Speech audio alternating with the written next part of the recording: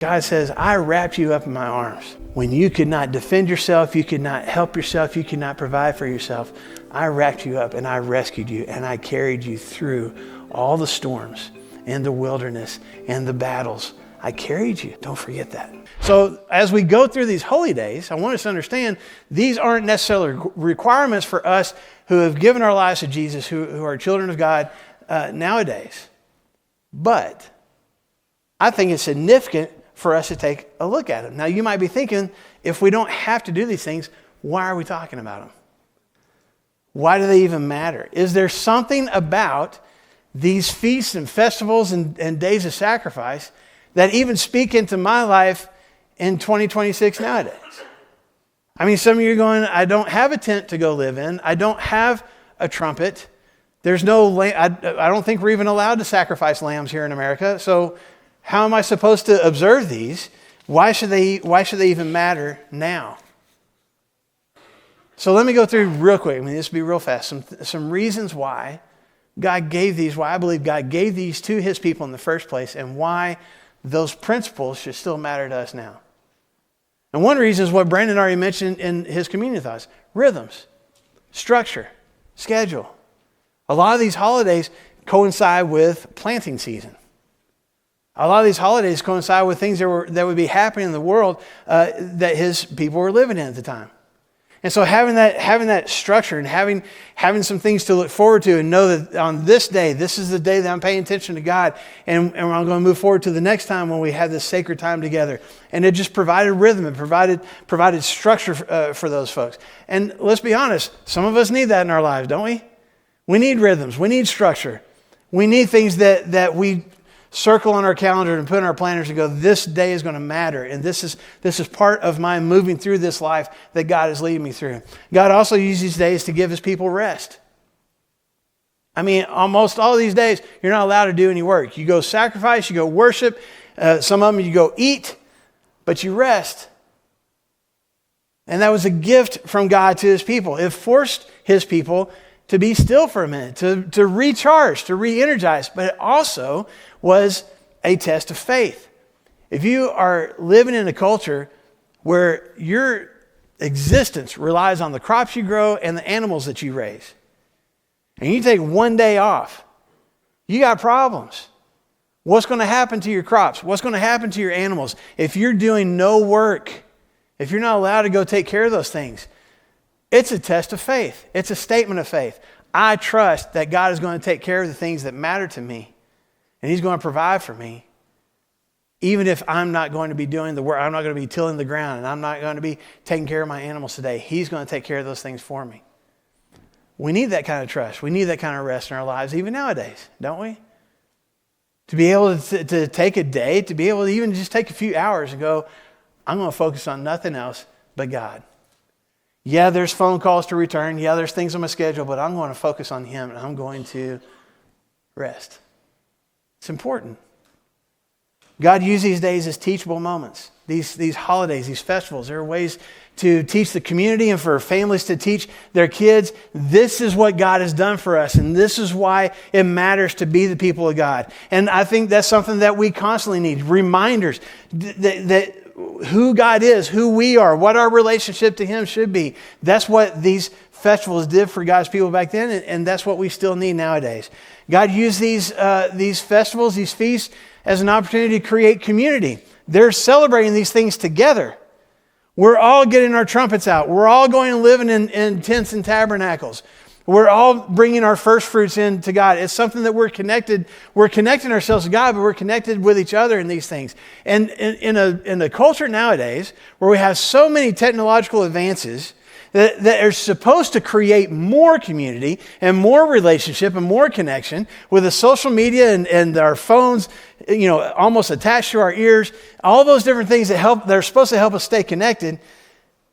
And even psychologists will say we are probably some of the most disconnected people that have ever lived in our country in all of history. We need community. We need connection. God provided that for his people before, and we still need that today. Another thing that these festivals will discover, another thing they did was they pointed forward to Jesus. They pointed forward to a Messiah. The reason that some of the things that we see being celebrated are some of the things that find their ultimate fulfillment in Jesus. And we're going to discover more about Jesus and his place in our lives and his mission on this earth as we go through these holy days together.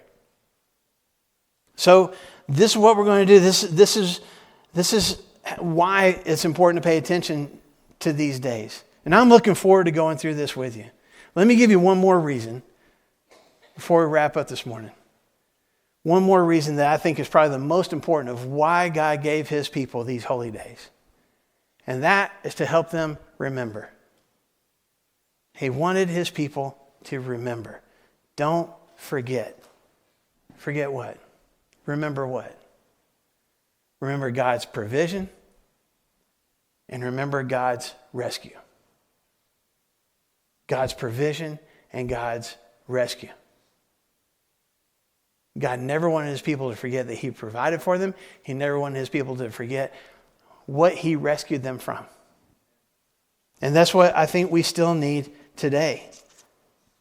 As far as provision goes, God provided for his people and continued to provide for them after they got into this land that he gave them. Once they started building their cities and their homes and kind of carving out a life for themselves, God even told them ahead of time, you're going to run the risk of forgetting that I'm the one providing for you.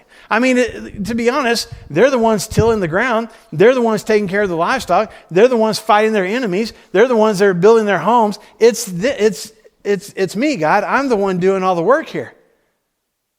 I'm the labor. I'm the one that's making this happen. And God knew that his people would forget that it's him that gave them those talents and those abilities. It's him that gave them that land. It's him that provided all those things for them. Yeah, they were getting a benefit from those things, but those were gifts from God. And he even warns them ahead of time before they ever got into the promised land. Deuteronomy chapter 8 and verse 17, he says, there may come a time where you say to yourself, my power and the strength of my hands have produced this wealth for me.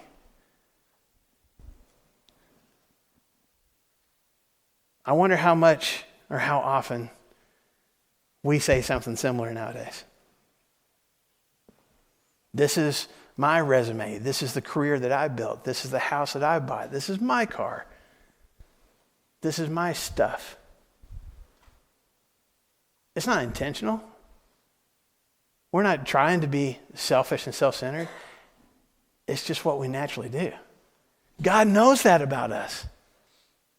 And so God carved out these special days, these holy days for his people to remind them, to help them remember it's him that is providing for them. And folks, we still need that reminder for us. We need to remember that God still provides for his people. And it's not about God being a glory hound and going, you better thank me for all the things I'm doing for you. He is helping us to choose humility and to choose reliance on him instead of feeling like we have to provide for ourselves, and to choose surrender to his will instead of selfishness. God is basically telling his people, I don't need your sacrifices. You need your sacrifices.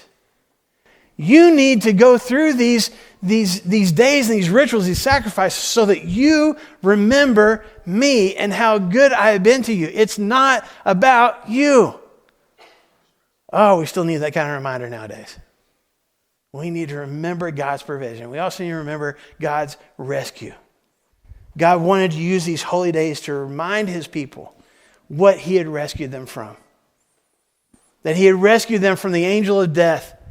That he had rescued them from starvation and dehydration in the wilderness. That he had rescued them from enemies who came and attacked them at their most vulnerable moment. That he had rescued them from disease and from plagues. That he had rescued them from their sin, from their guilt, from their consequences. God consistently rescued his people when they could do nothing to save themselves. And God says, I don't want you to forget that. I want you to remember what I've rescued you from. Don't dwell on it. Don't wallow in guilt and self-pity over who you used to be. Celebrate where you are now because I rescued you. I pulled you from a situation that you could do nothing about because I love you that much. That's what these holy days were about. And that's what God still wants us to remember now. He told his people in Deuteronomy chapter 1, there you saw how the Lord your God carried you as a father carries his son all the way till you reach this place. God says, I wrapped you up in my arms. When you could not defend yourself, you could not help yourself, you could not provide for yourself, I wrapped you up and I rescued you and I carried you through all the storms and the wilderness and the battles. I carried you. Don't forget that.